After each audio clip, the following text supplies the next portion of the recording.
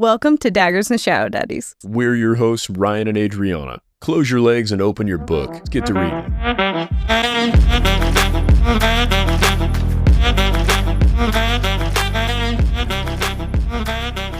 Warning, this podcast contains explicit content. It's about to get nasty. It's all vibes and no facts. Let's get to spoiling.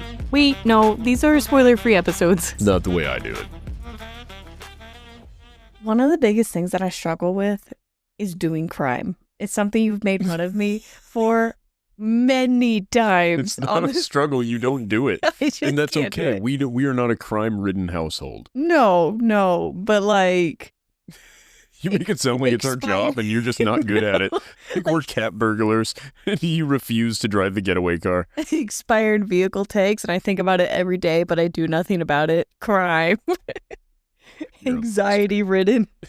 I think we did tell the story of my most anxious moment where we were something with the title of a snowmobile. Yeah, it was profusely sweating. I cannot lie to people. Like if they ask me direct questions, I'll try to be like, how could I say it in a way that's still true, kind of thing, because I can't. I struggle. Here's so the thing: much. You don't have to lie. None of the areas that we've been inserted into, in which we have perhaps inserted ourselves, the trick is not lying. Just don't bring up things. Yeah. That's all you have to do, is don't bring up something that could make this negative. As I was going through these chapters, though, she also isn't very good at crime or keeping secrets, lying. She's so bad at this. She makes you look like a professional criminal. Somebody asks her a question and she immediately divulges everything. You brought the physician? What is your magic? He immediately spills the beans and tells everybody that she can see cards within like her first time out in public. She needed to be locked away for as many years as she was. Yeah. They kept her locked away for her own good. They're like, you're 20 years old. Maybe you've gained the wisdom to no longer just share every detail of your life with every person, including the one person that would prosecute you for said crime. I don't want to go in the garden. There's too many Providence cards. He's like, how do you know that? Don't ask. Can't everybody see them? She's such a dummy. But I was just going to say, it reminds me so much of me. Okay, yes and no. You are good at not saying things sometimes. You know which details of things to omit to prevent an altercation. You might randomly walk up to, I guess, yeah, because in this world, he's like a cop. And you feel the need to confess all your sins to a cop as if they are a priest and you are a good Catholic. You're like, it's time. I'll give you 15 Hail Marys. I know what I've done wrong. Just going through this, she reminds me a lot of me. I wouldn't make a great FMC, so I'm curious to see how well she does being a part of this, not undercover group. What would you call them? Babe, you've been my FMC for 15 years. Oh, you're so sweet. And you've done a phenomenal job. And you don't invite me to do crime. I'm not doing crime, but you are specifically left out of anything that could be potentially considered crime. Yes. But overall, I love this book. It's pulled me in. I think I like the FMC, but she does confess very quickly when asked questions. Yeah, she doesn't even really confess when asked questions. She just sort of confesses from her own mind. Just in advance. Yeah, she is so proactively against herself. You're going to be burned in a cage if people find out. And then she's just like, I'm not going in that garden. I don't like the look of those colors. What colors? The ones that come from the cards. What the fuck are you talking about? I shan't explain it to him. He'll put me in the dungeon. I'll follow this man into a strange dungeon. Strange man, strange dungeon. Let's follow him. Well, she has the nightmare protecting her. What do you think of the nightmare? I really like him. He's not as good as a gargoyle so far. Oh. He's really interesting, and obviously my theory is that the nightmare is the shepherd. I think so. He was telling a story about when she walked in on him during her dream, and he was a man, and then he converts into his scary self. He said something that I immediately thought he was the Shepherd King. Yeah, and there's a million little things that kind of bleed into that. I also have a theory about the Alder card. What do you The think? Twin Alders or whatever it's called. I think that card is either not real, or I think that card was disguised as the nightmare card that she touched. I think the bad guy in her mind. What's he called again? The nightmare. There we go. I think the nightmare is a product of the Twin Alders card. Fascinating. Or the only way it can be found is true love between two nightmares. Banging. No. They have a baby and it's an Alder card. I guess I didn't think of that. I didn't think too much about I just thought there's a missing card.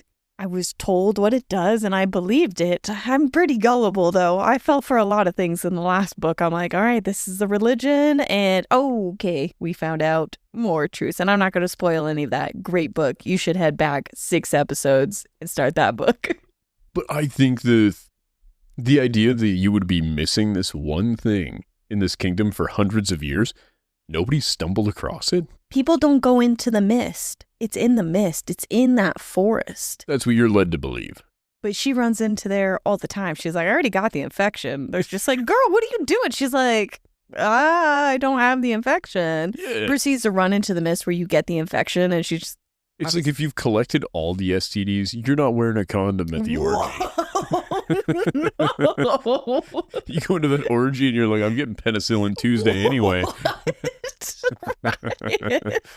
Same? No. Oh, okay. All right. Never mind. Different. I had a little fun fact locked and loaded to go into next. What's your fun fact? Well, I mean, after what you just said, I don't... It seems less fun than what I said. I was just going to share that the mist doesn't infect the animals. And you don't fuck the animals at orgies. Remember that. No. It's the same thing.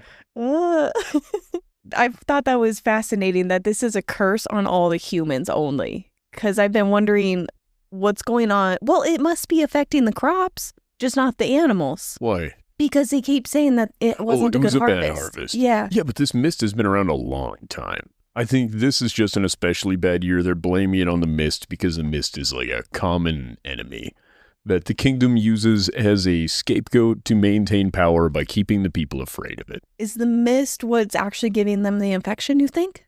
Do you believe that? I have no idea. I hadn't really thought about that, honestly. Potentially. And the story starts off with her being, it kind of jumps around in order. It starts off where she isn't infected. No, she was already infected. She's now healed and the physician is showing up. And she already has the nightmare inside her mind and she's running away.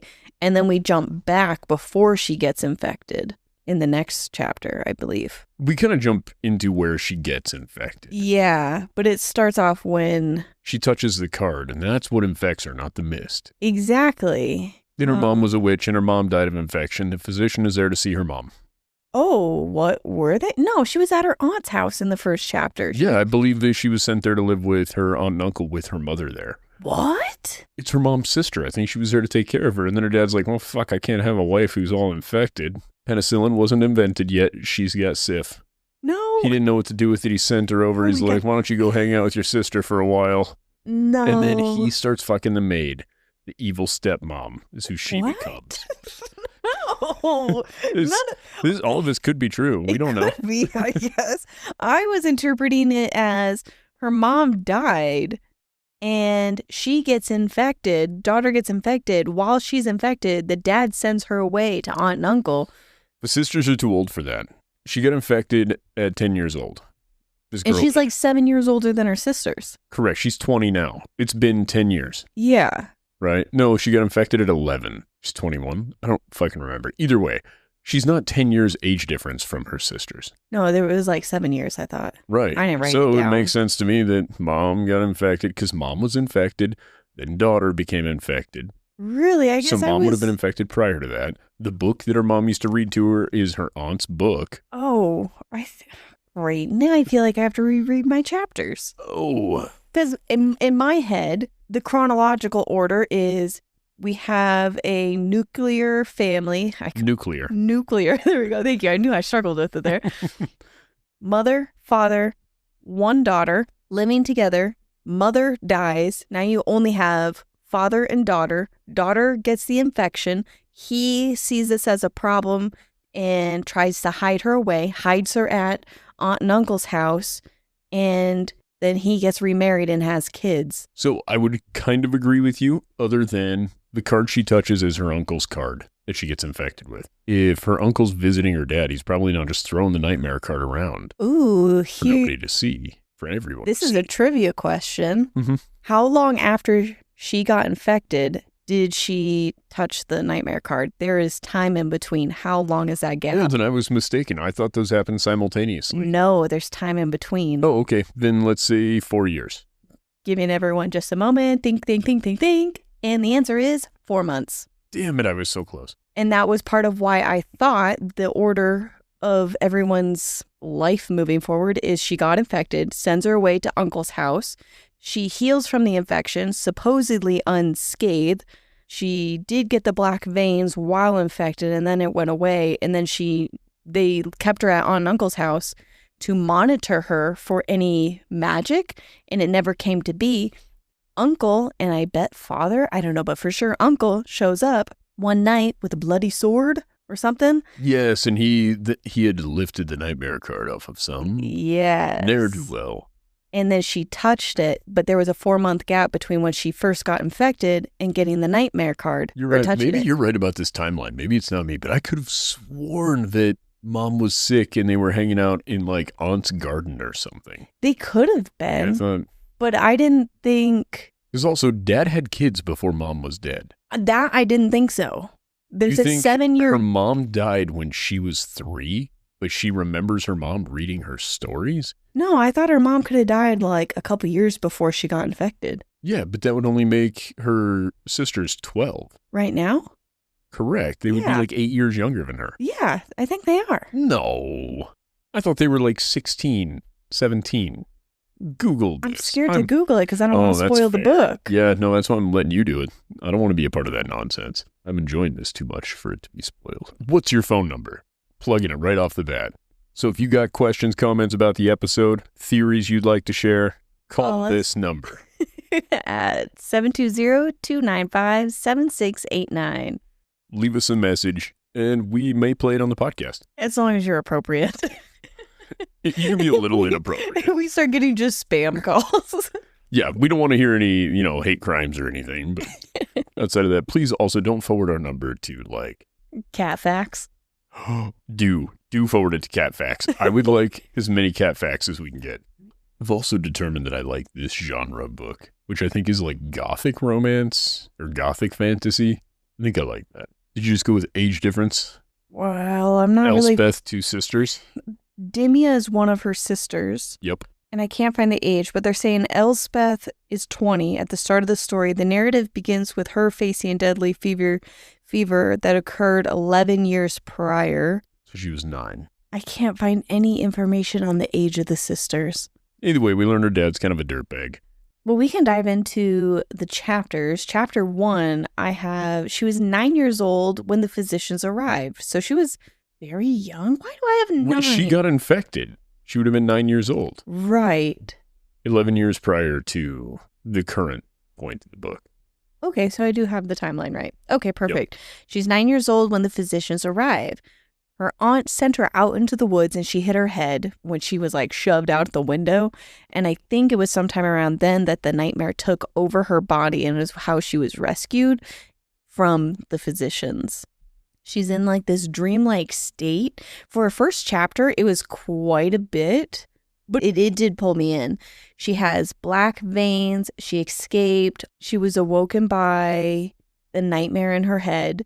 Then we meet her cousin, who she is close to. It's Elspeth's name day, which I'm assuming means birthday, and she's visiting her father. But I think her mom passed and she's living with her aunt. At this point, I didn't know what was going on. She caught the fever and she's been keeping it a secret and she has no magic. And she hears the nightmare's voice from the fever. Again, that's not accurate. Obviously, we've learned now. At the end of chapter 1, she goes to her father's house with her cousin because it's her name day. And we learn that the nightmare can show her providence cards, and it's the only legal way to use magic is the Providence cards. Yes. Tap 3 times, you're in. 3 times, you're out. Or somebody else touches the card in between when you've tapped it. Oh, so like if you tap it 3 times, start using on me, and I tap it, Yeah. it's done? Yep. Then now you're master of magic, I guess. Maybe you've tapped it 3 times, but yeah, if you touch it in between after I've touched it 3 times, it's no longer... Interesting. What are your thoughts on this being the only legal way to use magic? I think it's a method of control. And there does seem to be a cost, but there's also the cost associated with using the Providence cards. Yes, every single one of them. The Providence cards give you a linear path to magic. You know what you're getting out of each card. If you get it through the mist, it's kind of a random grab bag of magic. How would we know? They don't keep the children alive long enough. And is it only children? I think it's mostly children. I think it's just people in general, like her mom was infected. Okay, yeah. And her aunt's also into something with magic. And I say this because later on the nightmare calls her aunt witch. Does she? Does he? Mm-hmm. Or does he He said the old witch has a point. Oh, in reference to the aunt, not the stepmom? Yeah. Oh, I would have thought you would call the stepmom a witch. No, I think you call her a bitch. It sounds very similar. They're very, very close. Because, yeah, I just didn't know if it's going to come out that those who get infected are able to use magic without consequence in some way, because she's using what I think is magic without consequence. She does have a consequence, I believe. Which is what? I think she's slowly going to lose control, is what it's going to be. So far, her cost is having the nightmare living in her head. That almost seems unrelated to her getting infected and having magical powers. I almost wonder if she got infected and her magical power was the ability to absorb something like that. So and then all this other magic that she's doing is not hers. He says, this is my magic all the time, the ability to see the cards, and it's actually him engaging in magic. And I think it's possible, but it's her body being used as a conduit. Remember the feeling, like the hangover she gets when the magic is no longer coursing through her veins? Oh. And at some point she gets really frustrated and her eyes flash yellow, which is a sign that the nightmare is in control. Yes. I think she's going to slowly lose control. The nightmare's going to take over. Because we also hear him say, let me run the show. Yeah. When she's in danger. He could just otherwise lend his power to her. He's like, just let me have it. Let me take control. What if the nightmare isn't even real and it's just her manifestation of the magic that was always inside of her? She just saw an image of it. And magic that was always inside of her? Like she was born magic? No, after the infection for the 4 months in between, she actually had that in her head the entire time. But now she manifested it after she saw the nightmare card. I like that idea. Alternatively, what does the nightmare card do? It lets you speak into other people's minds. And what happens if you use it too much? I have it written down. It's something about your fear. It exposes your deepest fear. Yes. What do you think her deepest fear is? Going crazy. I don't know. Losing control. Probably ceasing to be her, right? Oh, yeah. My guess. Yeah. I think what's going to happen is eventually she's going to view enough of these Providence cards and stuff. She will have used his magic enough that is what happens to her. But I have a second thing with this. I think she got infected. She touched the nightmare card, and that's why she seems to be doing fine. I think her being inhabited by the nightmare is actually what's preventing her from deteriorating. Yeah, there has to be something like that. Well, part of this, and I'm surprised that I haven't said it yet, is applying Venom logic to all of it. I've been viewing the nightmare very, very similar to Venom, and I don't know the other guy's name. I just know he's Hardy something. I think that's the actor's name, though. Tom Hardy. Tom Hardy in Venom. I think that version of Venom is played by, or his character is Brock. Something Brock. Yeah. In the Spider-Man universe. I don't know. There's a bunch of them that eventually become people infused with the symbiote. Yeah, but that's how I started imagining why she wasn't deteriorating from magic, because like Venom, it's Venom's power. When Venom takes over, it's him making these choices, not Brock. That's kind of also where I'm getting the sanity thing from. Remember, initially, it's very difficult for him to learn to live in a symbiotic relationship. Yeah. Because you do have something that's also occupying your body and your mind. overall, this whole vibe of the book, a couple chapters in, Very especially, it's very Venom, especially his attitude and the way that he like talks of just like, it's so similar to Venom. And I also picture her as very timid, and I was picturing her as Pride and Prejudice, kind of Elizabeth, mainly because she's the main character in that. But Also, her name is Elspeth. yeah, but she's more personality-wise like one of Elizabeth Bennet's sisters with Venom inside her head. I was just going to say, so I don't think our FMC is timid. I think she's cautious. And I think there's a big difference because when she's speaking to these people, she is not paying them heed as if she's worried about being in trouble. That's true. I was very surprised the way that she handled Alex at the party. Fuck, man, the way she's handling everybody. Raven, Alex, everybody. Yeah, she just went ahead and invited herself to sit down with Raven there at the end. Yeah, fuck yeah. Everybody she deals with. Okay, yeah. She kind of has this, yeah, well, whatever. Remember at some point the mother-in-law shows up? Or not mother-in-law. Stepmom? The stepmom is asking her questions, and she's like, well, as always, your advice is greatly appreciated. Moving on. Like, I enjoy her so much. She's kind of an asshole. She is. And I like to hope that as she continues on, she takes the Nightmare's advice on how to handle situations. Yeah, I do too. I just really hope that the Nightmare is overall a positive thing.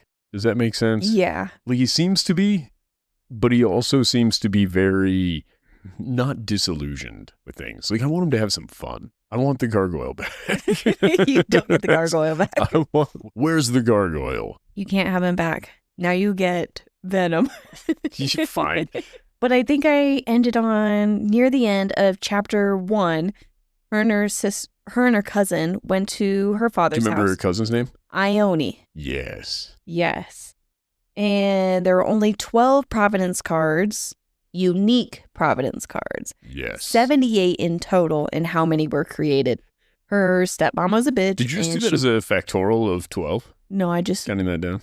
No, they say 78. Oh, fuck, man. I was sitting there trying to work that out. I'm an idiot. Her stepmom was a bitch, and she ended up walking home. Ooh, this is a trivia question that I don't even know if I have the answer in here, but... What does she receive for a gift every name day from her father? I don't remember. There was like a specific name for it. It's a specific flower that her mom loved and she loved and her dad is... An iris? No, I don't... Let me see. I'm going to have to go back and look it up so I can give you and everybody the answer. Yes. But when I heard it, I didn't write down the answer, but I knew immediately that it was a great trivia question. It's a great trivia question. Nobody knows the answer. Not even myself. Into chapter 2, we have the memory of her fever.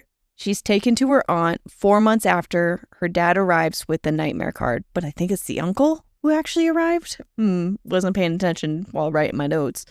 She touches it. And then it's in her mind. She cannot speak into the minds of others. She only has the voice. She was not scared, and she gained the superpowers. Yeah, she could be stronger, faster, bigger, better. Yes. Which is really interesting because what does the Dark Horse do? Dark Horse makes you a master of combat. And then one of them makes you strong. Can't remember which one. I have a whole list once we get to chapter 8. All right, fine. And a song. I'm excited for you to sing it to me. So that's what we learned so far, that she got infected. She had no signs of magic. 4 months later, she touches the card. That's when we're introduced to the nightmare. She doesn't have the power of the nightmare card, but kind of similar. We are assuming it's the Shepherd King. And when she asks, it will take over her body. Now it's been 11 years with the nightmare, and she's not scared of him. As she was walking home that night all by herself, 2 highwaymen stop her at knife point. The nightmare takes over and kicks their ass. And I have the note, Venom, Venom, Venom. Love it, love it, love it, love it. Immediately just saw it as this complete takeover. My favorite part about this is, for British people, this is still how they get robbed. No. Nobody has guns there. It's all just knives. Like, I read this and I'm just like, this isn't that scary. What? That's such a male POV. What do you mean? Okay. Yeah, you're right. It comes from a place of I privilege. guess. Yeah, You can survive stab wounds. You can technically survive gunshots, but I promise you one of them is far more survivable than the other. well, as a woman, it's pretty scary. They're both scary. Okay. They also didn't have their cards on them because she didn't see any cards on them, I don't think. Oh, that's true.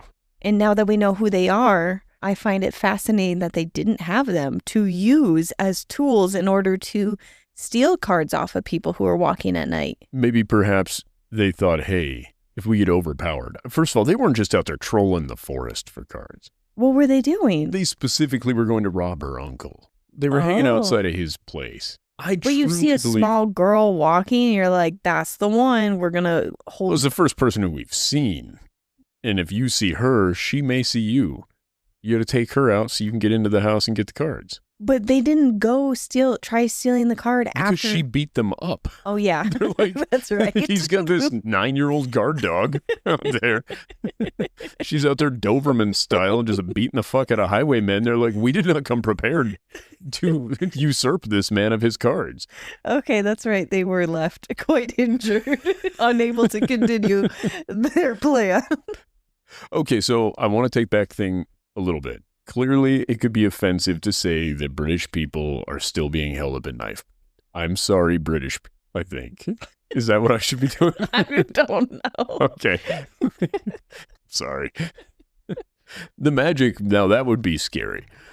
The mind control one, the scythe, that freaks me out, honestly. When I read about that one, I'm like, all these promises he's making to her. Well, later when we talk about the maiden card, I wasn't Don't worry listening about to it. you. We'll What get did into you that just later. say? We'll get into it later. Moving forward. Moving on. That he makes to her. Don't worry about it. He didn't have the scythe card. I agree. He does not have a scythe card.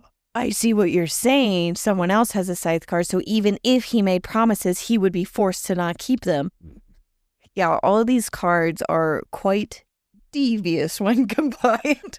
But even with the maiden card, I was like, what if she didn't want to use it and he forced her to use it? What if all the Hawthorns and the Yews, this man, this Raven, what if he's super handsome because, like, as soon as you turn 18, we just pass the maiden card and you're forced to use it, so we're not all ugly, because their entire family is fucking beautiful. Yeah, but remember, the magic only works until somebody else touches the card. There are only, 8 maiden cards? Yeah, but I mean, like, if you have a maiden card in your family and your royalty and your entire family is beautiful, I would assume all of you at one point have all used that card. Perhaps I would question, in lieu of that, how beautiful are they really? Because she describes him as very handsome, but also she's like, but that fucking nose. Yeah, she called it a beak or something. Yeah, she does. She keeps bringing it up. She keeps beating him up because of his big nose. And as another big-nosed person, I felt very seen. But then also I'm like, wait, why are we fucking around with this? This reminds me of another book where they bring up his shitty lower teeth all the time. And I'm like, God damn. Seen and also, damn. Why can't we just be tall and fun?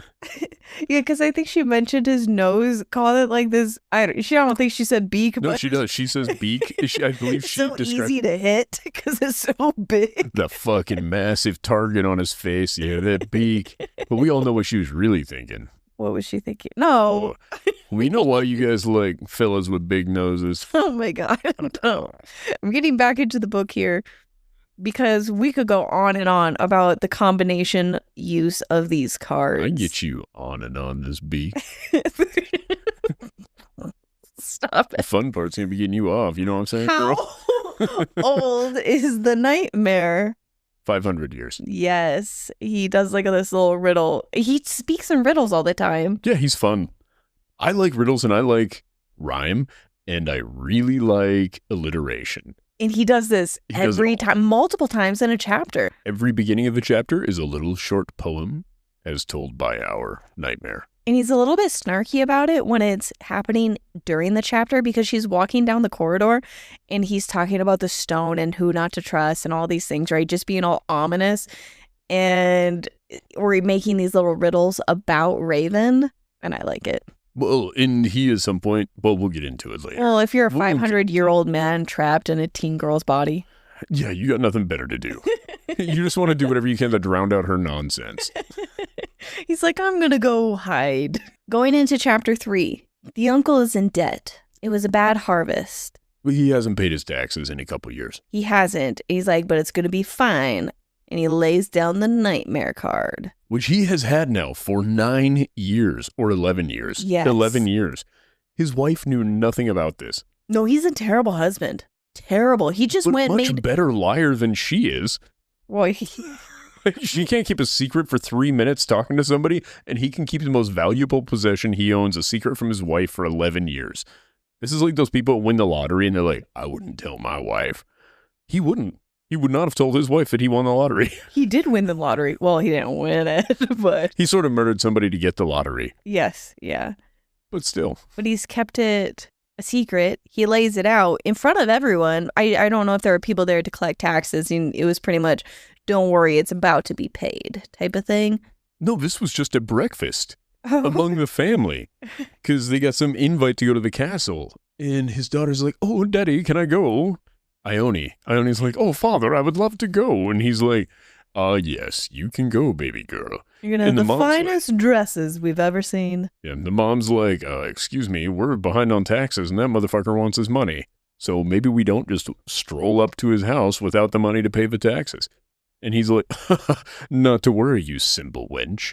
And he lays down the nightmare card. He's like, I got a card and a hot daughter that I'm going to sell off. First of all, let's not peddle this notion that he thinks his daughter's hot. Well, he gave her the maiden card to make her hot. He didn't give her the maiden card. It doesn't matter who did it. He made this deal. The prince did this. I am angry at the dad. Okay, I think we can be angry at the dad without making him into a predator toward his daughter. He sold his daughter. I imagine he allowed his daughter to be wooed by a prince so that she may have a better life than what she currently has. Could that not be a valid point? You're probably right. It was this scene while they're all having breakfast is what made me think of Pride and Prejudice in the whole setting, because they are at breakfast. It's madness. There's tons of daughters. This man has nothing but daughters, and they're like, can we go to the dance? Can we go to the dance? And it's super expensive. They're broke. And he's like, oh, yes, we're going to do this. And marrying off a daughter to try to give her a better life. This man has one daughter and one niece and 2 sons at the table. Doesn't he have 2 stepdaughters? No. Well, those 2. are... I thought she has 2 half-sisters. She does. They're not at her house. This is her uncle's house where she lives. You're right. He has 2 young sons.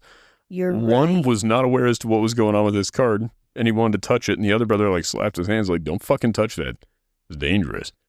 Now, here's what's going on with the cards. And then we get our little lore drop from a child who likes to be the teacher.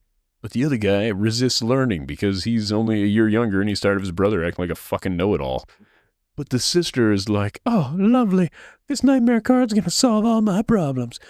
And then Elspeth is like, motherfucker, I'm a little shocked to see that thing, and I need to make sure that everybody thinks that I'm super shocked to see this. Because, again, nobody knew that she was aware of this card. Yes. And she frequently gets jump scared from the nightmare and knocks things over. She's like, oh, goodness. She kind of had this moment here when she saw the card. Do you notice a problem with that? What? She didn't notice that card coming to the table before it was exposed physically in front of her. I think this is explained away that she can see the cards when the nightmare takes over her eyes. I don't think so. I think that card no longer has any magic to it. She absorbed the nightmare.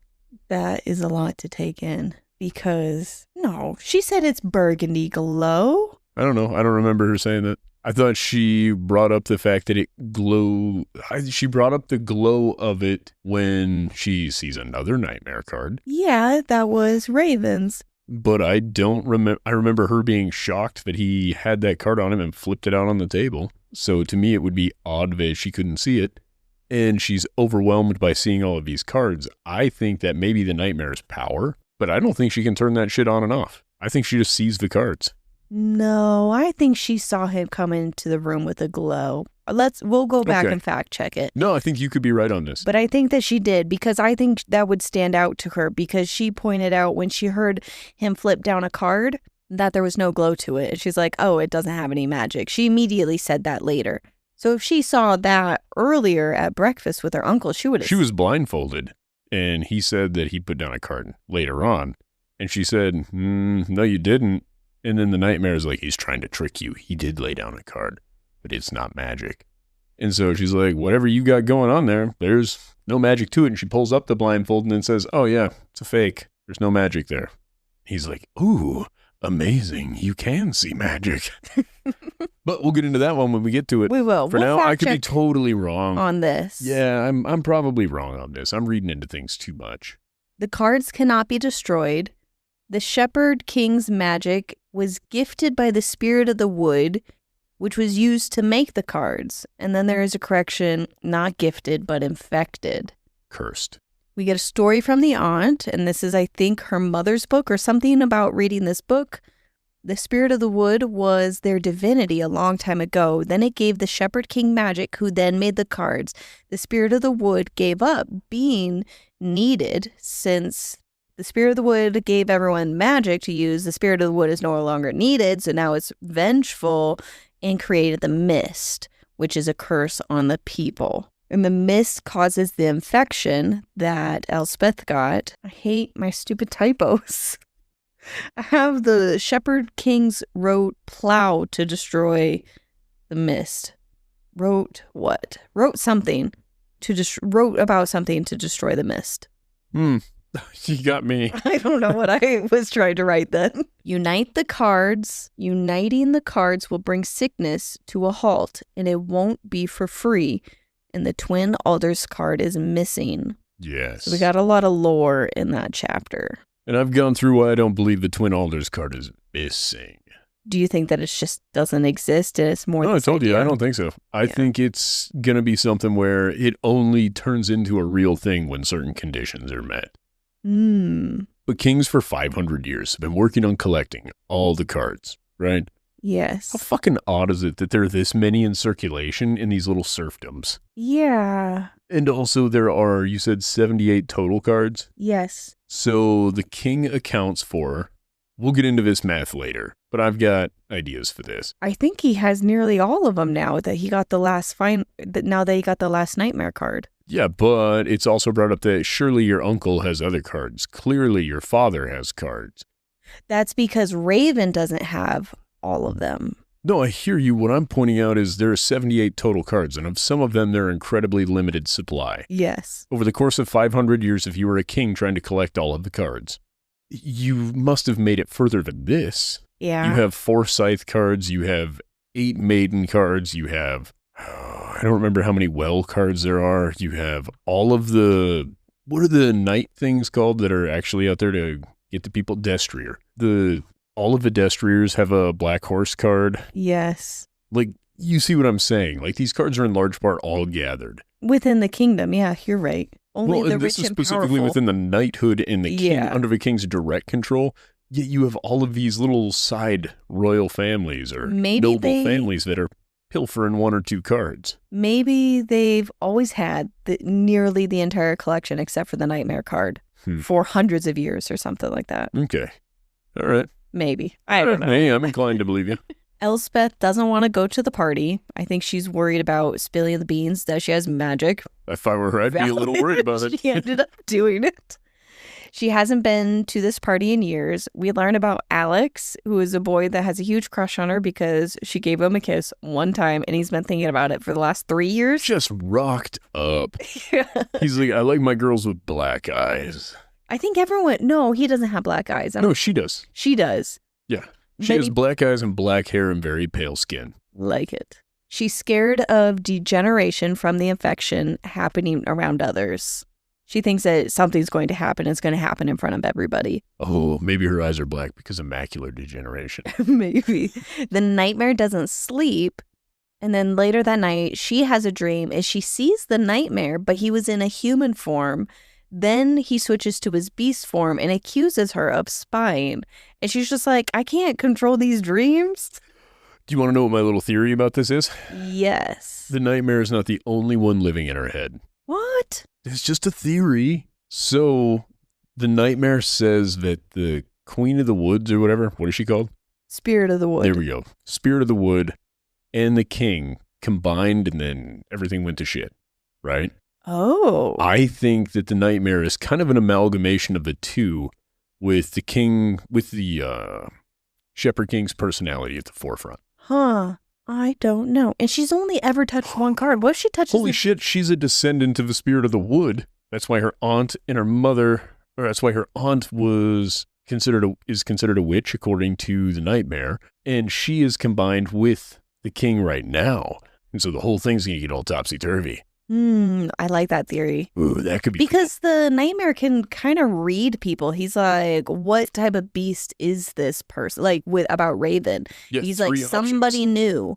And the nightmare was trying to read, I think, Emery. It's the douchebag little brother. He legitimately says we don't fucking trust those people. No. They're not friends. Here's a trivia question. What does magic smell like?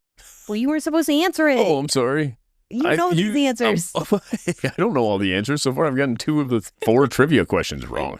We'll put a little gap in there for you guys. But I got it right away. Does it taste like metal, smell like salt, sound like waves, or smell like rain? Do do do do do do do do do do do do do. It smells like salt. Assuming you got it wrong, or that was supposed to be a kazoo sound for you did great. Good job. You do a high five thing for like Mario Party. What does that sound? What does it say? I thought it said, no, it says real words. It's like, great job. You just like, wow. I'm going to do the Wario one. Chapter 4, that's when we learned that magic smells like salt. There are 78 cards. There are only 2 nightmare cards and 1 twin alder. Do you want to go through your song yet? Or is this not when we do We're that? getting to that in chapter 8. Oh, the uncle... should be excited. It's going to be awesome. The uncle is trading the cards so her cousin can meet the High Prince. The cousin is hopeful that he is not like the others because Elspeth is like, oh my God, this man is horrible. Why would you ever want to meet him? And then her cousin just goes into this long monologue about how he's not like the other boys. She doesn't know him yet. She's never met him. She just gets to meet him. So she's already built him up in her head that he's a great guy. He could be better. He's what this kingdom needs. And that's who she thinks he is. And I immediately thought of Elizabeth Bennet's cousin or her best friend when she's gonna go marry the creepy short cousin guy, and she's like, I'm 27 years old, I have no prospects.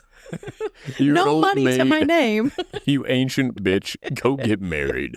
I love that you keep drawing the Pride and Prejudice parallels because I think they're so apt for this. Between Venom and Pride and Prejudice, that's what this book is. Yeah, we know this whole book is Pride and Prejudice and Venom. So I wanted to ask you a question.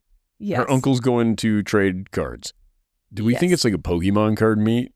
Where he's just like, I'll give you 1 nightmare card for whatever the other ones are. I didn't come to this prepared. I do think so. I do think that they sit down and... Is a nightmare card like the Pikachu? Everybody wants that one? No, it's like the Charizard. Doesn't everyone want that one? That's the Twin Alders. The first gen holographic Charizard, whatever they're called, first edition Charizard. PSA 9, 10. I also don't think that we know the entirety of the deal yet.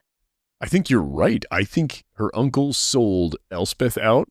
I think... I do. So here's the thing. I have a theory about the uncle. Because of the way the uncle was behaving at breakfast, and then the way that she kind of moves throughout the castle and everything, the king is paying absolutely zero heed to her. But everybody younger than about 28 years old really gives a shit what's going on with Elspeth, right? Because she's so new. And she's new. A hottie. She's been hidden away, and clearly there was something weird going on. She's staying with her dad and stepmom in their little room or whatever, encampment. Yeah, she's staying with her aunt and uncle's family, not with... No. Yeah, she lives with her aunt and uncle, but she's staying with her dad and stepmom in their area in the castle. She's sitting next to... This is not a prince. This is another noble guy who's kind of crazy. We went into him later. That's the cousin. She's cold shouldering Alex.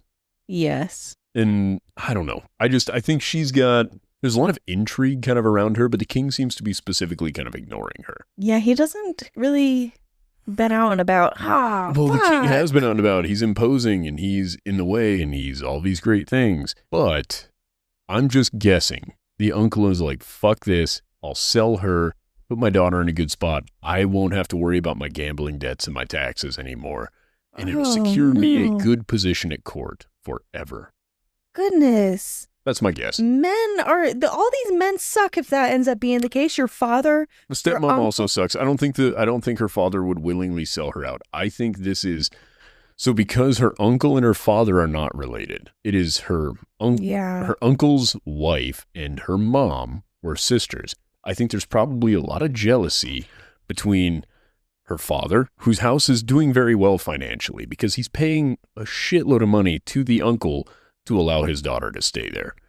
The uncle clearly has problems, right? He's not paying his taxes, he's not well off, and he's trying to raise his family, and things are just not going well. I would venture to say that he's doing something nefarious. He came across the nightmare card in a nefarious way. That was never brought up in any sort of nice way. Damn it, you did this in the last series where you called out someone being nefarious within first 10 chapters. I don't think it's rocket surgery on this one. I think I'm just looking for shit, and I could be totally wrong. I want to point this out, too. My theories are often incorrect. I just put a lot of theories out there. And something usually sticks, and then you get all the credit for it, and we ignore all the wrong ones. It's tough being a white guy. All the credit and none of the work. So, they show up to the castle. The party hasn't started. This is the equinox party. The party don't start till I drop in. You know what I mean? No, I don't know what you mean. It's Kesha. Oh my God. The party don't start till I drop in. Don't stop, make it up. GJ, blow the speakers up tonight. Yeah, see? I'm on board. I know what was cool with the kids 10 years ago. We learned that the king needs 2 more cards. That's the nightmare card. And the Twin Alders card. Alex was there and he's still obsessed after 3 years. She ends up... What do you suppose her lips taste like? That motherfucker's still hanging around. He's like, oh yeah. This is when I started thinking about there aren't many families, royal families. Gotta be some inbreeding. There's gotta be some inbreeding. Oh yeah, I thought that too. 100%. I was like, the way these people all look so similar.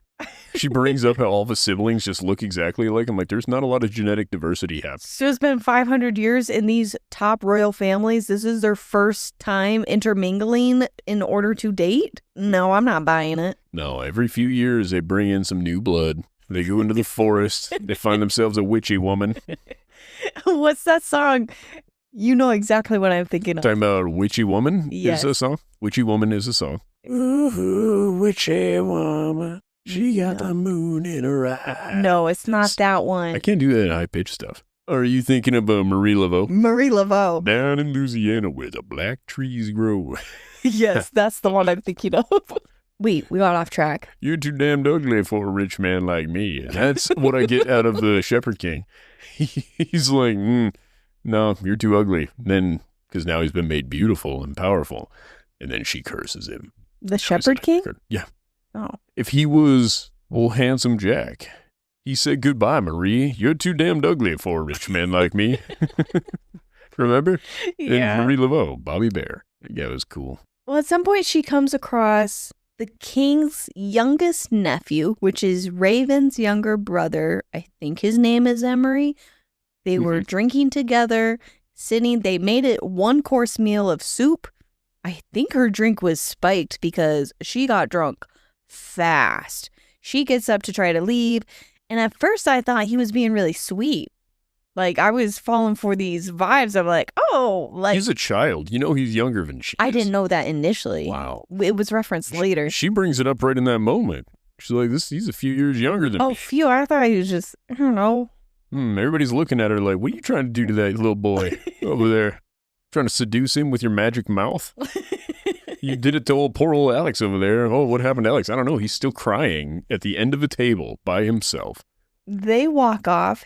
He says some creepy things. I think he even mentions yellow eyes. He says, he looks into her face and he's like, I see your yellow eyes in your hands stained with blood. Yeah. I think he's a prophet. Oh. If he got the infection in a similar way to her and then she touches a card. Yup. Ooh. And I think Raven's got a similar thing, but we'll get into it later. This is a lot to take in. Okay, I'm going to try to keep moving on. I'll give you a lot to take in. Tuck that away. I'll tuck something away. And then Raven shows up. And I think he pushes this dude down the stairs. Shoves his brother down the stairs. I thought that kid broke his neck at first. She's like, he was there for a second, and then he was down at the bottom of the stairs in a pile. And Raven's standing over him, whispering sweet nothings. And then the kid's face goes bloop, completely blank, and he walks off. Doesn't look back. No care in the world. Doesn't care about her. What didn't we see? I don't know. We didn't see a glow from a card. He No. didn't use magic to make this kid do that. And Right. he immediately acted sober and just got the fuck out of there. He did. She mentions she found it odd that Raven knew of his brother's behavior despite being nowhere near. Solstice does something weird to Emery, I might add. Solstice, whatever the fuck. this was. Equinox? Equinox. Oh. He's like, yeah. normally I'm much more personable, but Equinox does weird things to me. And he's not there on the night of Equinox at that party. Well, I'm saying he was there for dinner, and he was using Equinox as the excuse for why he was acting the way he was. Right. And he specifically was just trying to get hammered. He just kept pounding wine. He's like, oh, why waste room in my perfectly good stomach on shit like food when it could be filled with alcohol? Oh, sad. Well, yeah, he's a 15-year-old alcoholic. Yeah. It's a problem. Chapter 5, her sisters and her, they meet up later, and her sisters are talking about her leaving with Emery, and that's where they're making fun of It's her. the next morning. Yeah. She wakes up in bed after like noon, and her sisters are like, hey, wake up, sleepyhead. Nice to see you. So what was the deal with the boy prince guy? He's pretty young for you, but I mean, he is a prince. And she's like, no, he was gross. And they're like, oh, yeah, we know. He's super gross. And even stepmom's like, you could do better. She did. And that's where she was like, oh, thank you, stepmom. Your advice is always so appreciated. Oh, and that's the scene that I thought the nightmare called her a witch. At least she got this one right. No, I think he called her a bitch. No. He was like, she's fucking awful. We learned that Emery was either drunk or ill, and he speaks odd things, and she knows that he mentioned yellow eyes. The nightmare speaks in riddles. I didn't even bother writing them down. I think a lot of his riddles would be probably way more enjoyable on a reread. I think so. I think they're mostly just to point out to you the direction the story both went before and where it's going now. She then goes and finds her aunt. I think they're at a party still. I don't know. They're in the garden. The women are all out in the garden. The dad had popped upstairs and says, hey, you missed breakfast. Good news, there will be lunch after the women are done floating around outside in the garden. And she's like, oh, just what I want to do. Hang out with a bunch of these bitches in the garden. And she goes and does it anyway. She finds her aunt. Yeah, she finds her aunt. She asks about Emery. Learn that all the infected are taken to the castle and killed. She finds her cousin. Oh, yeah, they are in the garden. Okay, all right. I just wasn't paying attention at the beginning of the chapter. She then runs into Ione, her cousin, who has a pink card, and it's after the nightmare trade. Elspeth admits that she knows she has the maiden card, which will take away all of her unique traits. Such as the gap in her teeth, her tiny little chicken lips, and her deformities. Elspeth is like, I love the way you laugh like an idiot. And You laugh loud without any concerns. I'm like, girl, stop giving her ideas. yeah, just like she was pointing just out. mean. Yeah, she like points out all of her insecurities just right there. She's like, don't use it. It'll take away, list all of her insecurities. I'm like, no. Do you remember Walk Hard, the Dewey Cox story? It's been a very long time. When he walks in and they're smoking weed, they're like, you don't want any part of this, Dewey. It turns all your bad feelings into good feelings. Oh, I don't want to develop a many bad habits. It's non-habit forming. It's that exact argument. Yeah. I think I kind of want to do it. It sounds expensive. It's the cheapest drug there is. You don't want it. Go away. I think I'll try me some of that cocaine. So they have their fight, and her cousin is just like, oh, it's not what you think. She's like, it's exactly what I think. And then, God damn it, it was. She used the card. It wasn't, I thought she was going to slowly use this card. Like little by little, over the years, over the course of this book, maybe both books, slowly losing her cousin to using this card. No, she just like, give me the whole package. You're used to that. Hey-o. Just a full on makeover, unrecognizable. I'm still pissed about it. I'm going to complain about it from here until the end of our chapters. We'll see. Maybe it gets better. The nightmare mentions this card and says it's the least understood card of the bunch. Yeah. What did you take from that? Like, he's like, it's a misunderstood card. Yeah, because the exchange is literally your personality goes away. It is an instantaneous trait, I think. Oh, I was wondering if he was meaning that card can be used for more than just vain reasons. He does say that as well. And I was trying to think of, well, what other things can you use it for? Can you actually use it for good on plants? And if you were to use it for good, like on the crops to help other people, I don't know if it would work. I don't think it. How is it written? Nothing comes free. It gives beauty. I was like, well, beautiful plants mean a bountiful harvest. I don't know. Look, your big, bountiful plants. Get out of here. See, melons are in season.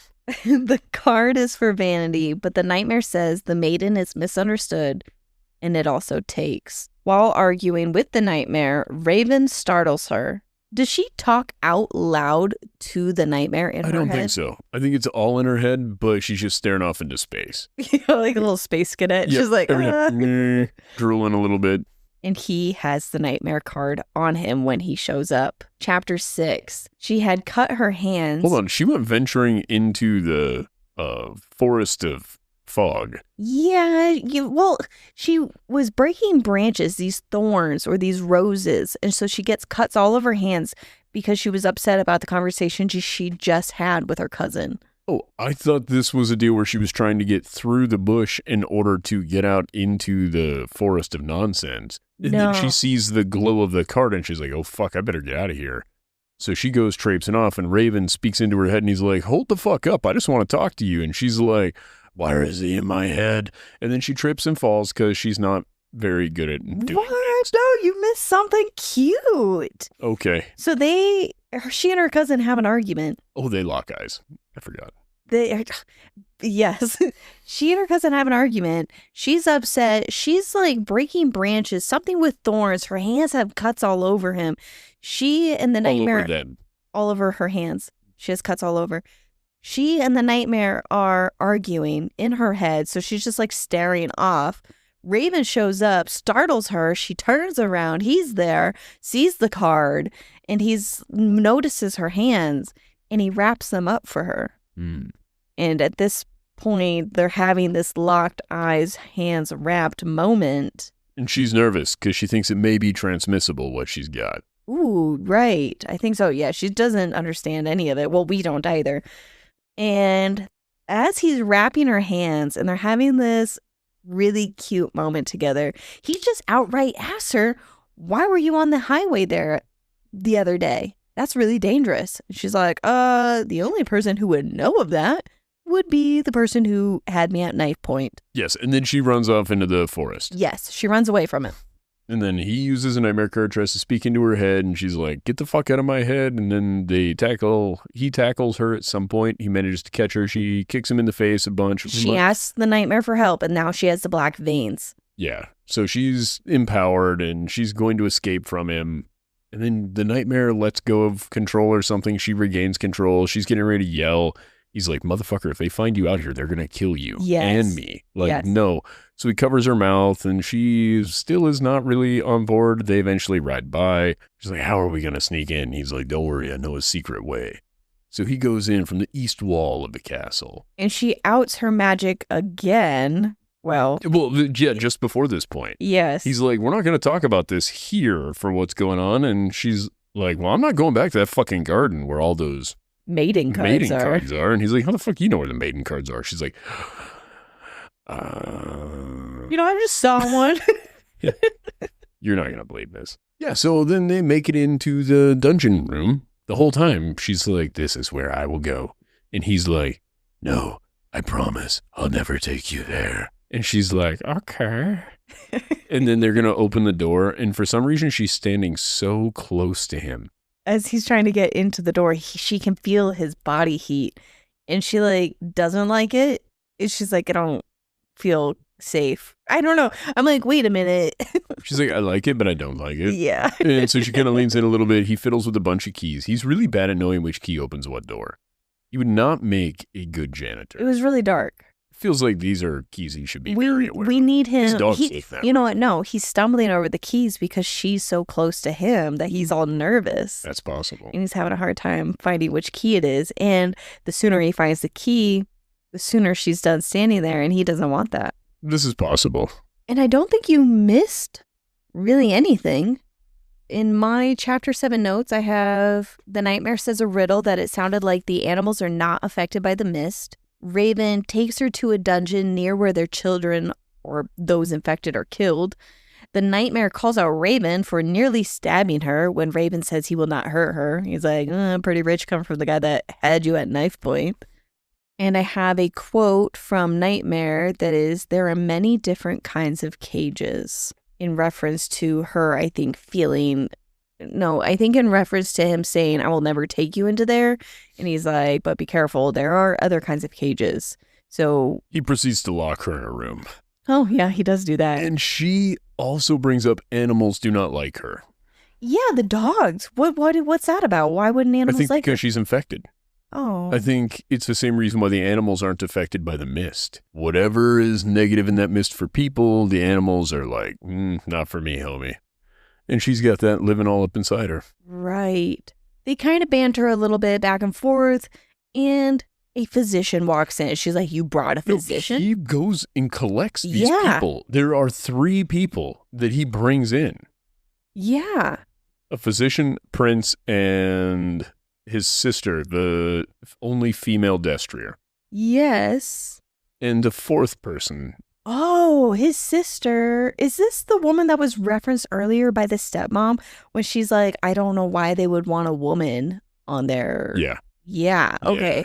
Because I was like, okay, this book has sexism. It's there to combat sexism. Okay. The stepmom is the, what do you call that? Patriarchy. You know what I'm talking about? Yeah. What do you call the term for that? Misogyny. There we go. Yeah. Yeah, the stepmom is kind of our misogynistic influence so far. But what I meant is this world does have that. It's not a world where it doesn't exist. Because the stepmom was just like, women in the army? Gross. Gross. Don't ask, don't tell me about it. You know what I mean? Yeah, I didn't realize that it was his sister. Get your labia out of my military. But he brings the physician in who says that he is bound to listen to the captain when they ask him not to say anything about this medium, about her magic. He's like, oh, yeah, I'm bound to obey the captain. I'm like, oh, you didn't say no? Thank you. You said you are bound to obey. Yes, and I think this is just another little breadcrumb leading us into where they all get betrayed. I wonder by who. Elspeth outright just says what her magic is when the physician asked. I thought she was going to be a little coy about it or just kind of this little roundabout. And she's like, I need to sprinkle in some truth. And she just outright says it. Yep. That was shocking to me. And this was kind of one of those little stepping stones to me realizing she's not good at doing crime, or I don't know. She doesn't appear to be good with people in general, but she's had very limited experience. Yes, I was just going to say she's been removed from people in order to protect her. Then a Rowan prince shows up. I think his name is Elm. He shows up with a red card. All 4 of the Prince brothers have one. Yes, I think there's the scythe. The scythe, and it can make others do anything. And he was the other guy on the highway. They must not have had the cards on them during the robbery. This is when I make that note because she noticed that both of these guys had them, so they must have had them hidden when they were doing their highway robbery. And she says she won't talk with a scythe card there in the room. Yep. And the prince, rather than setting the card outside, just decides to leave. Yeah, he just sends him away. He's like, all right, I'm out. Cool. It's been real. And I don't remember who the other person is. There's another boy there that provides our comedic relief in this situation. I can't remember what the fuck he said. I thought that was the best. His Elm is one of the king's sons, and I think he's best friends with Raven. And so the prince is, but the prince is not the one who provided our comic relief. No, I didn't remember anybody else being in there. Yeah, there were 4 people. He brought in 4 people.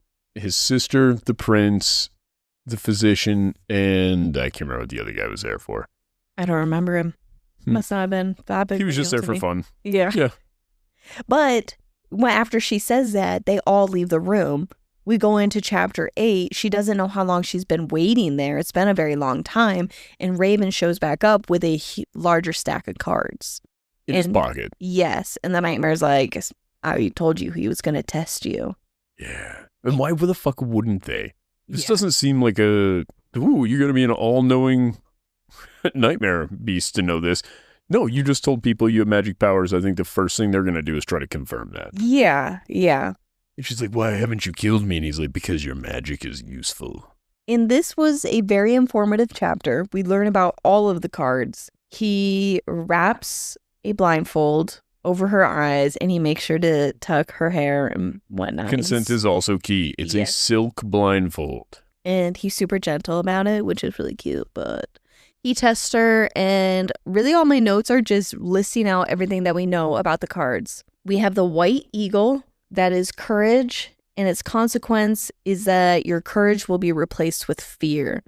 There's the Black Horse. It is makes you a master of combat. Its consequence makes you weak. Golden Egg is great wealth. Consequence, consuming greed. Then the Prophet, that's the one that you mentioned that you think Emery has, the youngest brother. It gives you glimpses of the future, but it makes you helpless to the change if you use it too much. The Maiden, we've talked about that one, gives you beauty and a chilled heart. The Chalice, it turns liquid into truth serum. Use it too much, it becomes poisonous. But I mean, you wouldn't be using it on yourself, so that seems like the best card. Well, it seems like it has the least consequence. Unless you're just trying to make somebody tell you the truth and then you murder them. I can see where if the only person alive has these details and you accidentally poisoned them, you're probably fucked up. But I mean, I don't understand these cards well enough. If you continue to use a card and every single time it makes truth serum, the day that it turns into poison, you now just have a card that makes poison. That's true. You're right. I don't know. I assumed it poisoned the person who was using the card. But no, I think you're right. I think it just turns like into a poison-making card. Like, oh no, I used it too much. Now I have a different weapon. Then there's the Well that gives you a clear sight to recognize enemies. Use it too much and you will be betrayed by a friend. The Iron Gate, black, blissful serenity, but it steals years from your life. The Scythe, we've already talked about. It gives you the ability to control others, but it'll put you in great physical pain. The Mirror, it gives you invisibility, but use it too much and you see the dead. Which also seems rad. Yeah, that doesn't seem too bad. Like, I mean, it would initially be scary, but I feel like they're still non-corporeal. You'd be fine. Like, I think the initial assumption is seeing dead people is, bad. Like, bad for you, but they're We've seen already... The Sixth Sense. We know it's fine. It's totally fine. But they're already surrounding you. Right? It's my assumption is that the dead people are already there. And they're not doing anything to you. You just see the dead people. You know what? What if it gives you, what is that stupid show, Medium? You just become her moving forward.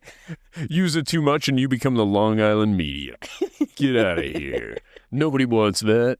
So far, I think I would like the Chalice and the Mirror because you're invisible. And then moving forward, you see dead people. You could probably give peace to other people, communicate with the dead, maybe. Well, at bare minimum, you could use sign language if you're both aware. That's how that works. Also, when you really think about seeing dead people, how complicated would that be? Like, if you're in a relatively populated place, odds are there's way more dead people than there are alive people. You imagine how many random people you walk up to start a conversation with only to figure out that they were dead the whole time. Everybody's like, motherfucker, this goon's over there talking to the air again. Would you have like a full life though in your own little world if you get to meet way more people, have these conversations? Like, yeah, the alive people think you're crazy, but the dead people think you're pretty rad. Yeah. And who are you going to really spend more time with? Can the dead people move around the world? Can they share information with you? Like the lottery winning numbers? I don't know. Well, wait, your dead people see the future? Not see the future. Like, can they just get into a room that has valuable information? Like, they can communicate that with you? Oh, you're saying because they're on an astral plane, they could like walk into a bank, tell you how much money's in the vault. Yeah. Watch What's someone the enter the code? code. Yeah, I see what you're saying. All right. I like that you found a way to make the dead people work for you. So, In exchange for conversation because I'm so amazing and clearly egotistical. about to be the most prolific bank robber ever. I like where you're at with it. I was thinking more like it would be a don't meet your heroes type of thing. Like Einstein would not have wanted to have spoke to me while he was alive. The last thing he's going to want to do is talk to me while he's dead. And the people whom you're around in real life, you're like, I just wish I could talk to my Peepaw one more time. Oh, I've been chatting with him. Yeah. And honestly, Peepaw's not real proud of what you've done. Peepaw said, please quit jacking off everywhere.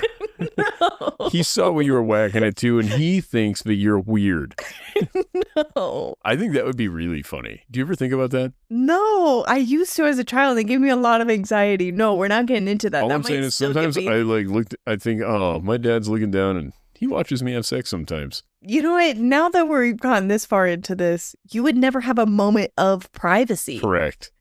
if you could or see the would. dead. Or you would. You would assume like dead people, if you can see them, they can see you. You're like, how about we just observe decency? I'm in here to take a shit, not to talk to you. Do you think that you can tell the difference between who is dead and who isn't? Well, I brought that up earlier, how complicated that might be. You're just having conversations with people and everybody is out there looking at you like, the fuck is he doing? Why is he talking to the air again? Or are you like, oh, excuse me, oh, pardon me, and really there's nobody in the room? What about the complexities of you're using it near the end of overuse? You are invisible. You are doing something that you think you're invisible. You're jacking off in the corner, Yeah. and pretty soon you look over and you see 12 other dead people jacking off in the corner, and you're like, oh no. And the people having sex look over and they just see you, and then their dick in hand, with that goofy look on your face, half terrified because those 12 people visible. weren't there anymore. You've lost your invisibility. You now are being seen for the creep you are, and now you can see the other dead creeps. I didn't know how many people were cucks before they died. Look at them go. Everybody's just wailing on each other. God. Yeah, that could be messy. Like some mission of some kind. Mission of Airy? Some mission. What the fuck? Oh, I see what you mean. Like espionage. Yeah, for the king and you're invisible. All right. Well, it's different than I took it. Well, I mean, like, I don't know. You also, though, you're invisible. You're not completely hidden from reality. Like if you have a particular smell, they could smell you there. Just wash your ass before You're making you noise. commit crimes. You're just breathing heavily because you're nervous. They're like, what the fuck is that? And you're so like... I'm way too anxious to use these cards because it sounds like nobody knows where the line is in which you've overused it. It's just like overuse. But I mean, like, how much is too much? I don't think I would ever use the cards.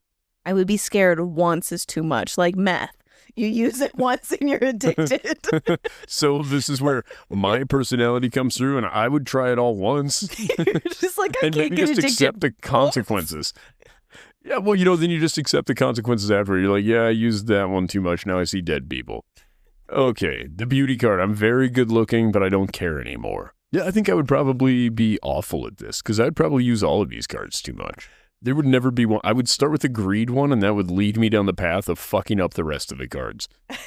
And then we have the nightmare card, which is the ability to speak into the minds of others, where it reveals, use it too much, and it reveals your deepest fears.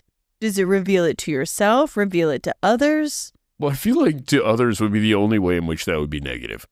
I'm aware of what my deepest fears are. It's others finding out. Yeah, but I don't. That one does sound like the worst one. I have no desire to speak into the mind of others. I think people could pretty much guess what my worst fears are. I'm not all that worried about everybody finding out. Anybody that has children pretty much has the same exact worst fears. Yeah. Well, now that I'm thinking about the nightmare card, if you can speak into the minds of others over great distances. We're back into telepathy, baby. High Now five. that would be nice because, like, if you're at work, I would overuse it. I'm like, text him? No, I'll just talk into his mind. You can't talk back to me. It's just me speaking at you. Which one of us do you think would do this worse, you or me? I think it would be me because you would ask if I am okay with you Surprise, hopping in gotcha. to talk for a minute. You would ask permission. No, that's true. You I just would, thought it would you be would, funny in like, this you would moment. surprise In send some me ways. I nudes would look at the not clock. all the Exactly. time. Avery's in a meeting. I'll wait. Yeah, me, I'm just like, I'm going to jump in right now and just start talking to him while I'm actively thinking about the thought before I lose it. Imagine I just start surprising you with things. That's kind of what the nightmare does to her. It's just all of a sudden, surprise, I'm here talking. And she's like, huh. She got so scared one time that when he spoke to her that she knocked over her and her aunt into like this bush thing.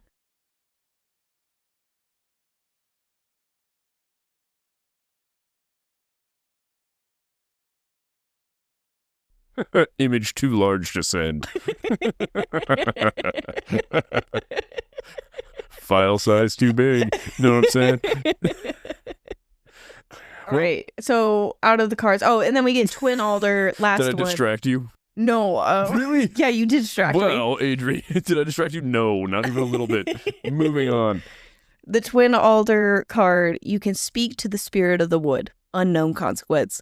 Out of these, I like the Chalice, the Mirror, and I think that's it. Man, I think I like all of them. I want to use every one of these cards except for the Golden Egg. That's kind of the only one that I don't really give a shit about being rich. Well, that one, if you have no friends and you get the Golden Egg one, you get great wealth. The consequence is consuming greed, but it doesn't stop you from continuing to get great wealth. Well, also, you kind of only have to use it once. Like, why use it more than once? Just consuming greed, I guess, maybe in everyday life, though, you're just a greedy person. All you do is think about Yourself.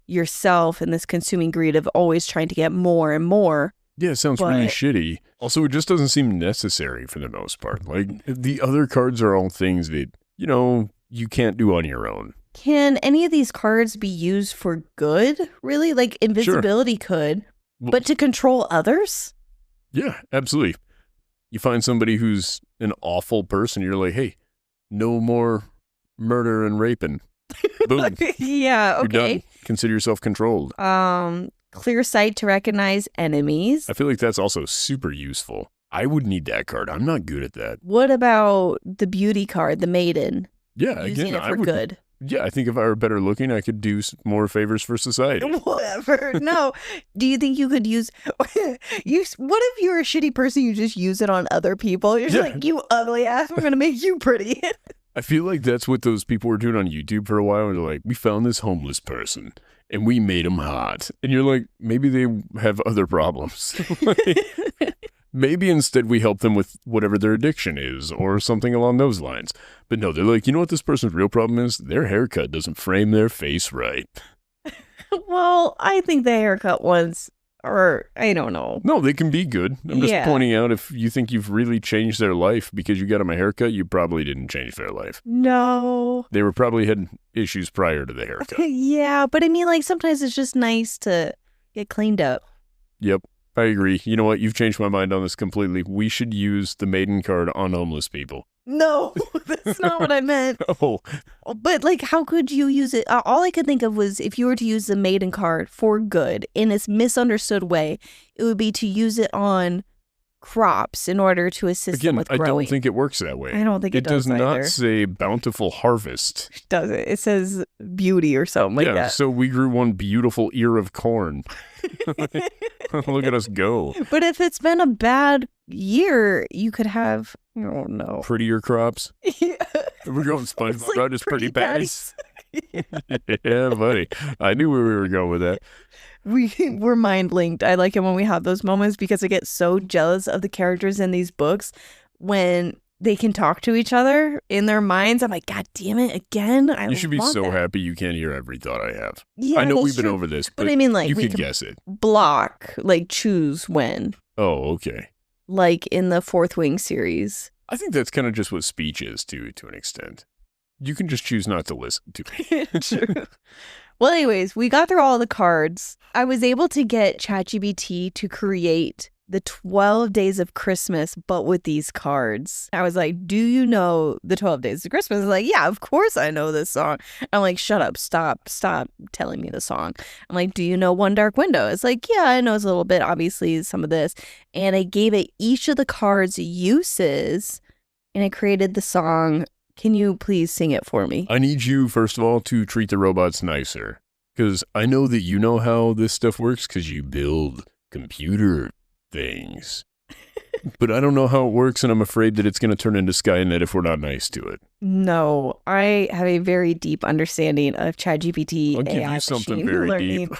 and it's best to be very short and concise with your questions. But it won't kill us to say thank you if it does something nice. That is a waste of energy and water to say thank you. Isn't it always? Yeah, it's a waste of energy and water to just use ChatGPT, but I got a little selfish with it and thought, well, you know, it can create a song for me. I like that you made this song, but I just think we should be nice to the computer. Fine, I'll go back and tell it thank you. Thank you. Will you sing the song for me? I thought you were going to sing the song. But I'm not very good at singing. I'm not good at singing. You got this. Were you shitting me? On the 12th day of blunder, the Spirit gave to me 12 hooves of thunder, 11 golden wishes, 10 future visions, 9 soaring eagles, 8 hearts of beguiling, 7 truths of revealing, 6 bonds unbreaking, 5 healing gates, 4 minds obeying, 3 veils unseen, 2 thoughts entwined, and a card of a twin alder's tree. Thank you. I actually don't think I can do it better. I tripped over myself like 6 times, but that's the first time I read that. I might add. I didn't get a chance to proofread. So those are all the cards. Thank you, ChatGTP, in case you're listening. Is that how that works? No. It doesn't know what we're saying right now? She finishes the test. She finishes. And she obviously passes with flying colors. And ba-dumps. All the colors. The nightmare, I love that he interjects of just like, you can have whatever you want. He will do anything for this card. Which sounds Or a little... for her skill, sorry. Which sounds a little what, Adri? Greedy. Yeah. He keeps bringing up who we can and cannot trust. Which card is that, Adri?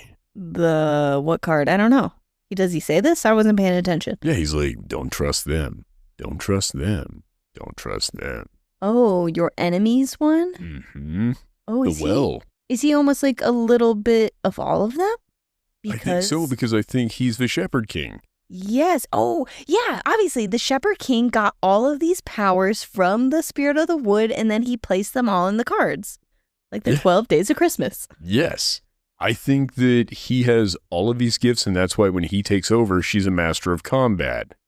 It's why she's good at all these things. Whoa. Okay. What about the Truth Serum? Because she turned liquid into Truth Serum? She hasn't tried. I think maybe he could if he took over. Okay. And I think the Twin Alders card is kind of like why they are in one body. What if she is the Twin Alder card? Kind of what I'm getting out of it, because that allows you to commune with the Spirit of the Wood. And if she is some incarnation of the Spirit of the Wood. But how does this play into what you were saying about Emery, where he's making those little prophet-y statements? Did he touch a card, or do you think Yeah, I believe he also had access to cards. Yes. And I think he went a little bit crazy, and that's why he's like, hey, ignore him. And he can kind of keep it in check every so often, but they have the healing card, right? Yeah. Curing card. Yeah. I think that is being used on him occasionally to kind of keep him semi-sane. Is there a healing card? Well, it's said that there was in the 12 days of thing. You know what I mean? Yeah. 12 Days of Blunder. What do we have? 12 Hooves of Thunder. That's the black card. 11 Golden Wishes. 10 Future Visions. 9 Soaring Eagles. There's nothing about healing. Cure. Oh, 5 Healing Gates. Yeah, there we go. 5 Healing Gates. Why would it say that one? I didn't really fact check it, I guess. I don't remember which card that would be. I don't know if we were really given that yet. I don't feel like we were actually given all of the information yet. I think that ChatGPT maybe spoiled that one for us. Maybe it did. However, I would say that still works within my theory. Blissful Serenity, baby. What's the Iron Gate? It's a missile defense system. Never mind.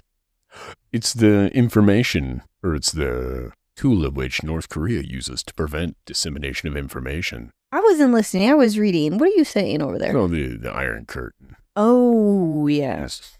what North Korea uses. At some point in these chapters, I did not write this down, she asked Raven if he heard anything in her mind. Yeah, and he's like, no, but like, what would I hear? And she's like, don't fucking worry about it. Don't worry, you made a promise you would never do that again.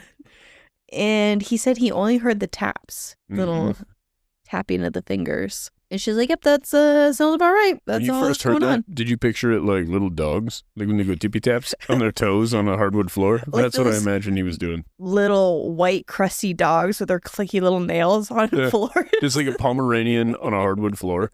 That's what I imagine our monster was doing in our head, just tippy tapping. It's just him walking around on hardwood floors. It's just, I was picturing like someone that rolls their fingers on a table and he has claws. that's where I went with it too. But it would seem more fun if it was a Pomeranian. Yeah, he's just a little beast clicking. He's like trying to sneak around her brain, but she has hardwood floors everywhere. Do you remember Jenny Slate's character on Parks and Rec? No. Do you know who Jenny Slate is? Nope. Do you remember John Ralphio? Yes. Do you remember his sister? Yes. That's okay. Jenny Slate. Thank you. She's the one that does, don't be suspicious. Don't be suspicious. Yes, and I believe actually on Parks and Rec is where that's from. I think it is. Yeah. But she has that little white Pomeranian with her. Yes. You remember? And that's what I picture when it's just like tippy tapping on things. That's cute. Nightmare is just a tiny dog syndrome. Yeah, he's a little black Pomeranian. It would explain his attitude. Then into chapter 9. Oh, wait, I didn't say she demanded that if she finds the cards and uses her gift for him or whatever, that he will keep her secret, leave her family alone, and never use the nightmare card on her ever again. And earlier you shocked me that he might not be. He could be compelled to. Ugh, it's against the rules. We don't do that. That's bad stuff. Whoops. Oops. Chapter 9. There must be touch and intention to use the cards. 3 taps. And this reminds me of Beetlejuice. The whole reason that you say Beetlejuice, Beetlejuice. I'm not going to say it again. You're so superstitious. I love you. The whole reason that you do that 3 times is intention. This whole thing, it was very similar to Beetlejuice. It's like Bloody Mary. I don't know this reference. Oh, you grew up in a more strict religious household. You wouldn't have had that experience. Oh. You're supposed to turn off a light in the bathroom, and you're supposed to say Bloody Mary 3 times in the mirror while you're looking into the mirror, right? But now it's all dark, and you spin around 3 times, and you flip the light on real fast, and you're supposed to see her. Oh, I did not know of this. That stuff was, yeah. And if I did know of it, I would have been too scared to You ever guys do it. never did like the whole light as a feather, stiff as a board. No. You didn't grow up in a witch house. No, I did not. I grew up in a very strict religious house that also took a big turn for not being a religious house, and then it kind of eased its way back into religion, so I got all kinds of fun experiences for a couple years. Even after I removed myself from religion, I was still very scared of Ouija boards until you're like, it's made by Hasbro. I'm like, oh, right. I remember when we were having this conversation about board games we'd have, and you're like, yeah, but we'll never have a Ouija board in the house. And I'm just like, I'm pretty sure Hasbro makes Ouija boards. Like, yeah, let's not get too excited. We still don't own a Ouija board. We still don't. I think there's just still a fraction of me that is like, so just bad luck things like breaking glass, don't step on cracks. I think it's my OCD showing Walking through. under ladders. You gotta throw salt over your shoulder. Yeah, some of those things. I do that at restaurants, but it's mostly just because people aren't getting enough salt in their diet. So they finish up. We learn about the cards. They finish up in that room. Oh, yeah, they do. He walks ahead of her very quickly. She's like, I don't think he trusts me. And the Nightmare's like, yeah, obviously he doesn't trust you. You just told him, don't use that card on me ever again. He thinks you're hiding something. She's like, I am hiding something. Maybe the guy inside my head. So she then leaves, goes back to her room. I think her sisters come into her room because there was like some mention of like everyone comes to her room. And she's like, I don't like this. But anyways, her sisters mention how shocking it was that Uncle had so much money for the maiden card and all the new dresses because they point out her dress. So she goes back to her room. She's now getting ready for the party. The sisters show up and she tells them Ione was given a maiden card. She just like says it. There was no prompting. She just shares this information with the sister she doesn't even like. Yeah, I really think that maybe she's not bad at keeping secrets. Maybe she's just an oversharer. She does. She I overshares. think that's the thing. She doesn't know when to just stop talking. No, none of these people are your friend. They aren't. So they just walk into the room. She's like, oh my God, did you guys hear about my best friend who I, for the first time, have a fight for?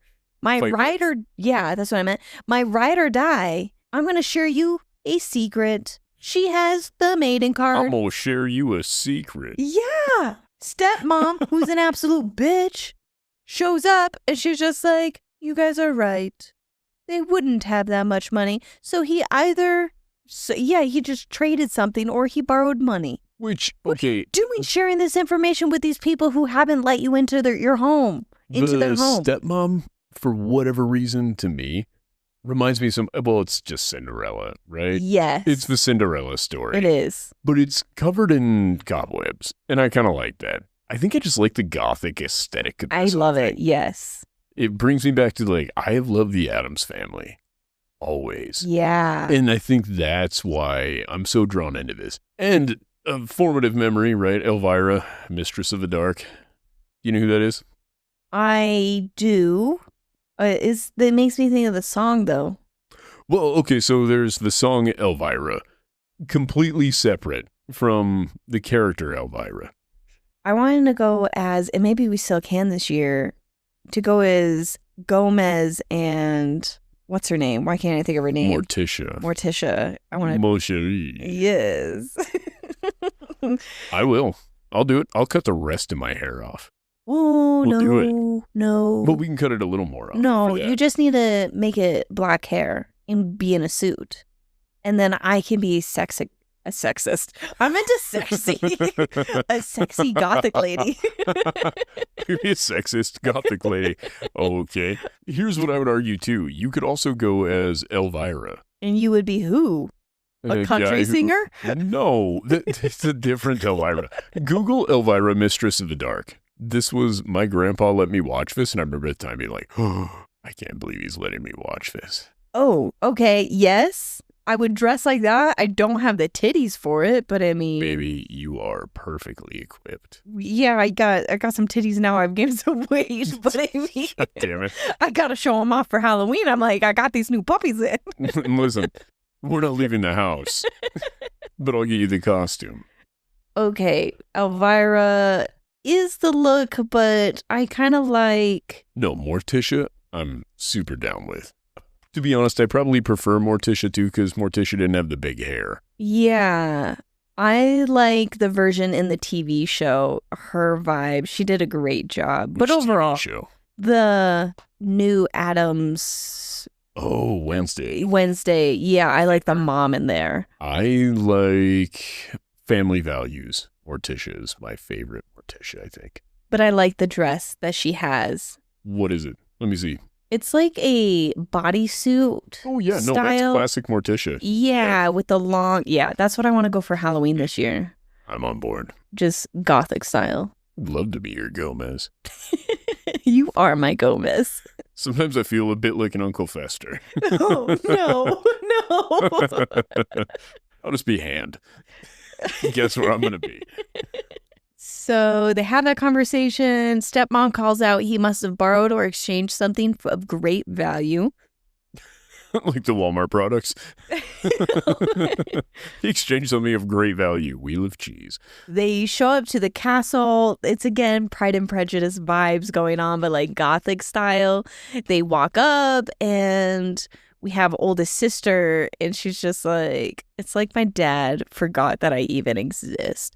But I find it fascinating that she's going in with her dad and his wife. She's with their group. Yes, rather than her aunt and uncle. Yes, she's not with their group. It's very... They're organized by house, and technically, according to her last name, she is still a spindle. Oh, fair. Okay, yes. Elm Rowan invites her to take her to the dinner area because I thought he says, let me take you to dinner. And she puts her arm around his and they walk down. But They don't sit down for dinner. They just kind of go to an area in preparation for dinner. I think it's like the gala, the ball. Yeah, this is so high class that I don't even comprehend. Highfalutin society. Yeah, I don't even understand. Yeah, we're not a part of that. But anyways, it is Elm Rowan, who she saw earlier with the scythe card, who takes her to the dinner area. And he says to her, he's surprised that Raven let her in his confidence. He's never alone with someone for that long. Just wailing on himself all the time when he goes to his room. He's frustrated. Oh my God, you know what? She's never jacked off. What? That's why she's so frustrated and angsty. Shut up. She can't jack off. She has the spirit of the wound, or the nightmare in her brain. Nightmare's going to have to go away at some point in this book.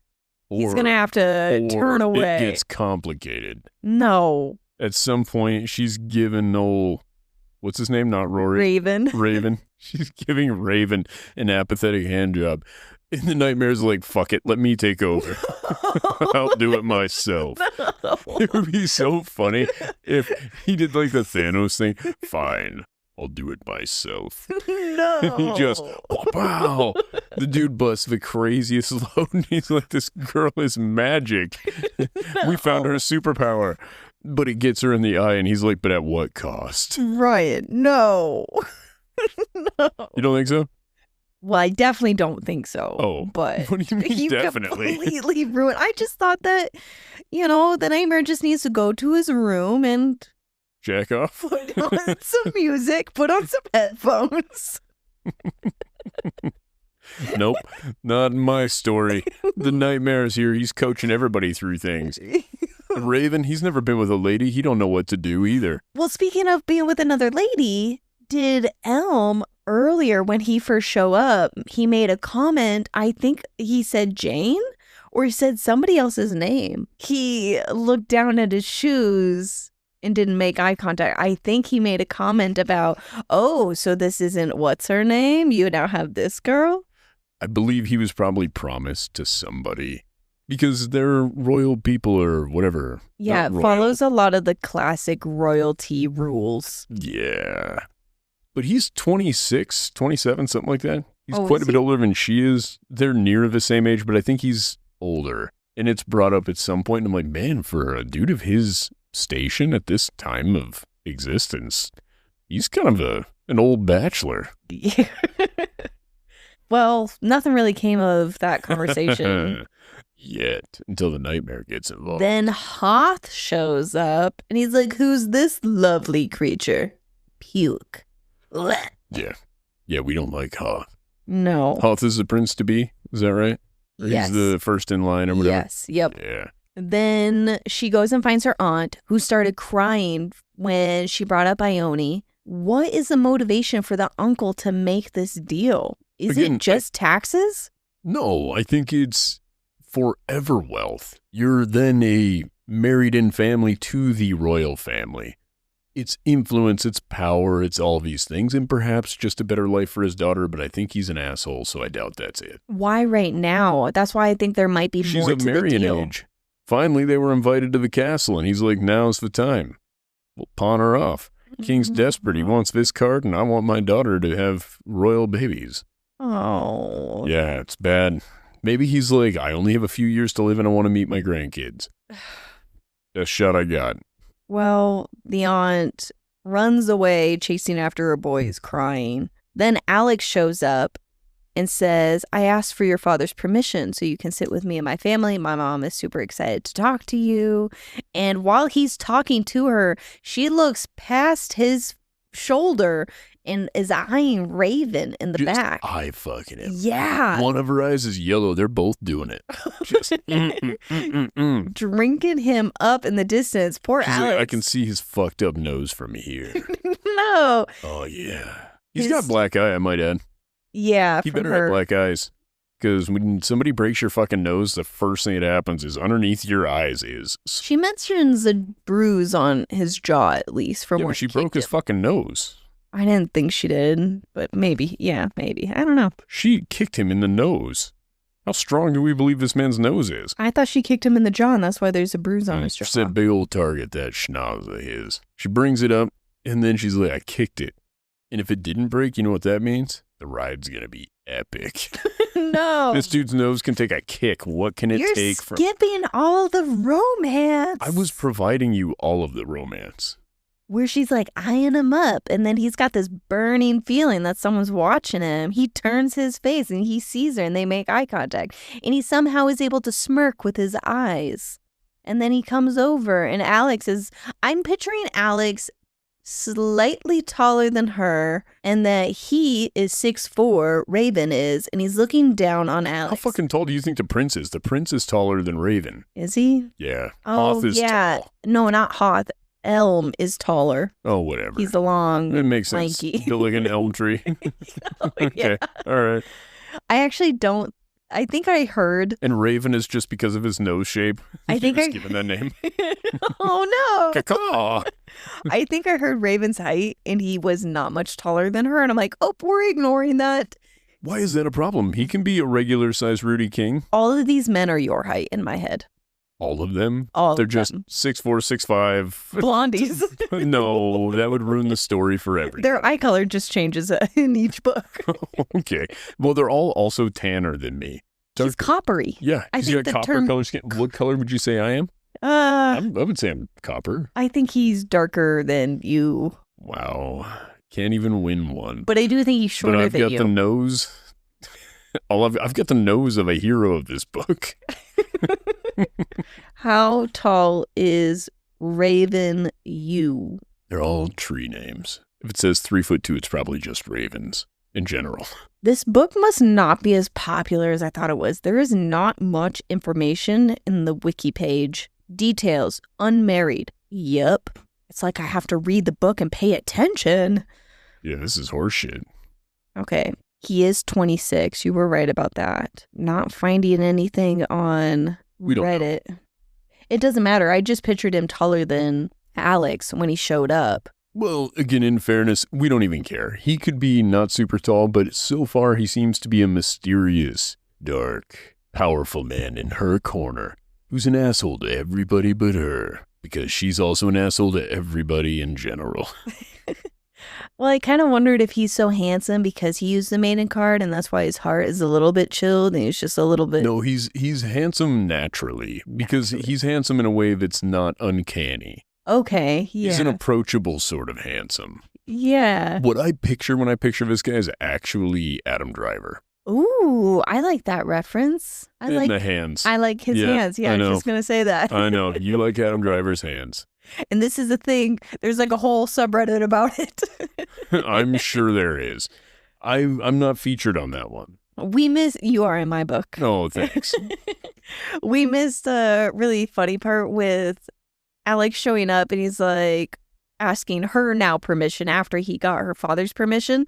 And the nightmare is just talking in her head of just like, well, since nobody's going to ask me what I think, I'm just going to tell you, no, I am not agreeable with this plan. The nightmare is great. I think he's going to become as good as the gargoyle, maybe. Or I'm putting too much on him because the gargoyle might just be side character perfection. I think the gargoyle is side character perfection. I think this character is very protective, but also he's in a young girl's mind. So you're going to have a bit of this. That's true. There's going to be a little bit of that. But after that, she's staring past Alex, sees Raven, who then walks up to them, and she invites herself to sit with the U's as a way to shut down Alex. And The way she does it is also super mean. She's like, oh, you got their permission, but you didn't get mine. I'm actually sitting with the U's. Thanks. Yeah, And then Raven comes up and he's like, hey, what's up, baby girl? And she's like, I'm sitting with you. And he's like, excuse me? She's like, yeah, I'll be sitting with you. Thanks. With And then you, Alex, U's. yeah, there were a lot of U's in that moment. I'm going to sit with the U's family. But Alex is hurt and he doesn't really take no for an answer. And that's when Raven like stares him down. He's like, oh, okay. And then he like scuttles away. And Raven's just like, it's the nice ones you have to be cautious of. And then she turns to him and she's like, oh, so are you a nice guy? He's like, no, I'm not nice. I'm not a nice guy. I liked the Batman voice. It's just it's so funny. I get such a kick out of it. I'm not nice, only to you. And I'm you. Weird. And they go sit down. He's like, so are you like actually gonna sit with us? And she's like, yeah, I guess I have to. If I have to, I'll sit with the royal family.